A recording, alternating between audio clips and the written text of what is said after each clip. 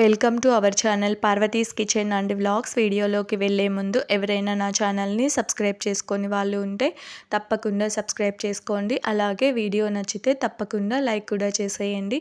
ఇక లేట్ చేయకుండా వీడియోలోకి వెళ్ళిపోదాం. ఈరోజు నేను చింత చిగురు పొడిని ఎలా చేయాలో చూపించబోతున్నాను. చింతాకు పొడి మనము చింత చిగురు తెంపుకొని చేసుకుంటూ ఉంటాం కదా, ఆ చింత చిగురుని ఇలా ఎండబెట్టుకొని పొడి చేసుకుంటే ఇది వేడి వేడి రైస్లోకి పెరుగన్నంలోకి చాలా బాగుంటుందన్నమాట. కొంచెం కారం ఎక్కువ వేసుకొని చేసుకుంటే పుల్ల పుల్లగా కారం కారంగా చాలా బాగుంటుంది. సీజన్ అప్పుడు పప్పు పచ్చడి అలా చేసుకుంటూ ఉంటాం కదా, అలా సీజన్ అప్పుడే కాకుండా ఇలా ఎండబెట్టుకొని పెట్టుకుంటే మనము ఎప్పుడు కావాలనుకుంటే అప్పుడు ఇలా పొడిని చేసుకుని తినేసేయచ్చు. టేస్ట్ అయితే చాలా బాగుంటుంది.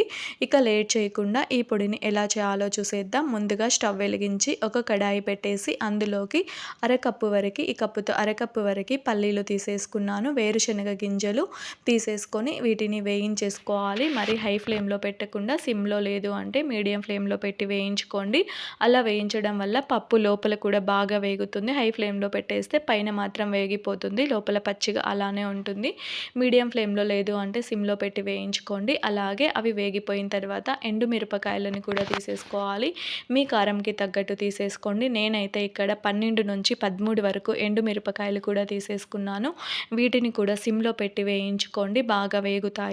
కొందరు ఇలా పల్లీలు లేకుండా జీలకర్ర అలాగే ధనియాలు నువ్వులు అలా రకరకాలుగా చేసుకుంటూ ఉంటారనమాట. మేమైతే ఇలా చేస్తాము. టేస్ట్ అయితే చాలా చాలా బాగుంటుంది. తప్పకుండా ఇలా ఒకసారి ట్రై చేసేయండి. పల్లీలు వేయకుండా అలా అవి వేసుకొని కూడా చేసుకుంటారు. ఆ వీడియో కూడా తప్పకుండా అప్లోడ్ చేస్తాను. ఇదైతే చాలా బాగుంటుంది. చూసారు కదా, అవి కూడా వేగిపోయిన తర్వాత ఇందులోకి చింతాకుని కూడా వేసేసుకోవాలి. ఎండబెట్టుకున్న చింతాకుని తీసేసుకొని చింతాకు వేయించేటప్పుడు మాత్రం చాలా జాగ్రత్తగా వేయించుకోవాలి. ఇది కొంచెం మనము ఫ్లేమ్ పెంచుకున్నా కూడా మాడిపోతుంది, నల్లగా అయిపోతుంది. సిమ్లోనే పెట్టి బాగా వేయించుకోవాలి. సిమ్లో లేదు అంటే కొంచెం ఆకు పలుచగా ఉంటుంది కదా, త్వరగా నల్లగా అయిపోతుంది. సిమ్లో పెట్టి బాగా ఇలా కదుపుకుంటూనే వేయించుకోవాలి.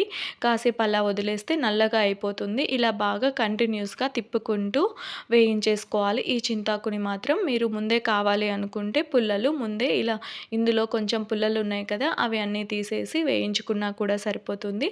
లేదు అంటే ఇలా వేయించేసుకున్న తర్వాత సిమ్లో పెట్టి బాగా మరి ఎక్కువ నల్లగా వేయించేసేయకండి, చేదొస్తుంది. కొంచెం మామూలుగా మీడియంగా వేయించుకుంటే సరిపోతుంది.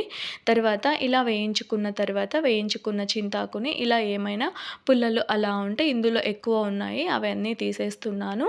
వీటిని ఇలా తీసుకోవాలి. ఇలా తీయడం కష్టం అనుకుంటే కొంచెం పైన అలా ఉండే ఆకుని తీసేసుకొని ఇలా రబ్ చేసేసుకోండి చేతితో. ఇలా తీసేసి ఇలా చేస్తే పుల్లలు వచ్చేస్తాయి అన్నమాట. ఆకు అయితే మరీ లేతగా ఉండేది కాకుండా అలాగే మరీ ముదురుగా ఉండేది కాకుండా మీడియంగా ఉండేది తెంపుకొని ఎండబెట్టుకుంటే బాగుంటుంది ఈ పొడి చేసుకోవడం కోసం. చూసారు కదా, ఇలా పుల్లలన్నీ తీసేసాను. తర్వాత ఇంకా రోటిలో వేసుకొని దంచుకోవాలి. రోటిలో ఇక్కడ వేయించి పెట్టుకున్నాం కదా ఎండుమిరపకాయలు, ఆ ఎండుమిరపకాయలను వేసేసి ఇలా బాగా దంచుకోవాలి. ఇది మెత్తగా కొంచెం పొడిలా అయిపోవాలి. ఒకవేళ రోలు అవైలబుల్లో లేని వాళ్ళు మిక్సీలో అయినా వేసుకోవచ్చు. కొంచెం బరకగా వేసుకుంటే బాగుంటుంది, మళ్ళీ మెత్తని పౌడర్లా కాకుండా. తర్వాత అది కొంచెం మెదిగిన తర్వాత అందులోకి వేయించుకున్న పల్లీలు కూడా వేసేసుకోవాలి. ఇవి పొట్టుతోనే వేసేసుకోండి, లేదు అంటే కొంచెం ముద్దగా అయిపోతుంది దంచేటప్పుడు. తర్వాత ఇందులోకి తగినంత సాల్ట్ కూడా యాడ్ చేసేసుకోవాలి. సాల్ట్ ఎక్కువ పట్టదనమాట పొడిలోకి, చూసుకొని యాడ్ చేసేసుకోండి సరిపోతుంది. ఇందాక ఆ కప్పుతో అరకప్పు పల్లీలు తీసుకున్నాం కదా, చింతాకైతే ఒక కప్పు ఫుల్ కప్పు ఉంటుందన్నమాట, ఇంకా కొంచెం ఎక్కువ ఉండొచ్చు ఉంటే. తర్వాత ఇలా దంచేటప్పుడు స్పూన్తో ఇలా ఒకసారి ఇలా కలుపుకొని ఒకసారి ఇలా మొత్తం కలిపేసి దంచుకోండి, లేదు అంటే రోలుకి అంటుకుపోతుంది. తర్వాత ఇక్కడ పుల్లలన్నీ తీసి పెట్టేసాం కదా వేయించిన చింతాకు, ఆ చింతాకుని ఇందులోకి వేసేసుకొని దంచుకోవాలి. మీరు మిక్సీలో వేసేటప్పుడు ముందుగా ఎండుమిరపకాయలు పల్లీలు అలాగే పల్లీలు సాల్ట్ వేసేసుకొని ఒకసారి గ్రైండ్ చేసేసి మరొకసారి లాస్ట్లో చింతాకు వేసుకొని చేసుకోవచ్చు, లేదు అంటే ఒకేసారి అయినా వేసుకొని చేసుకోవచ్చు అనమాట. లాస్ట్లో వెల్లుల్లి వేసేసేయండి సరిపోతుంది, మిక్సీలో వేసుకునే వాళ్ళ కోసం చెప్తున్నాను. తర్వాత ఇక్కడ ఇలా ఒకసారి 2 వేసిన తర్వాత స్పూన్తో ఇలా కలుపుకుంటూ వేయించుకోవాలి. ఈ చింతాకు పొడిని పల్లీలు వేయకుండా చింతాకు పొడి చేసి డెలివరీ అవుతాం కదా, ఆ డెలివరీ అయిన వాళ్ళకి కూడా బాలింతప్పుడు కూడా పెడతారనమాట చింతాకు పొడి. చూసారు కదా, ఇలా బాగా దంచుకోవాలి. ఇలా దంచుకున్న తర్వాత మరీ మెత్తగా అవ్వాల్సిన అవసరం లేదు.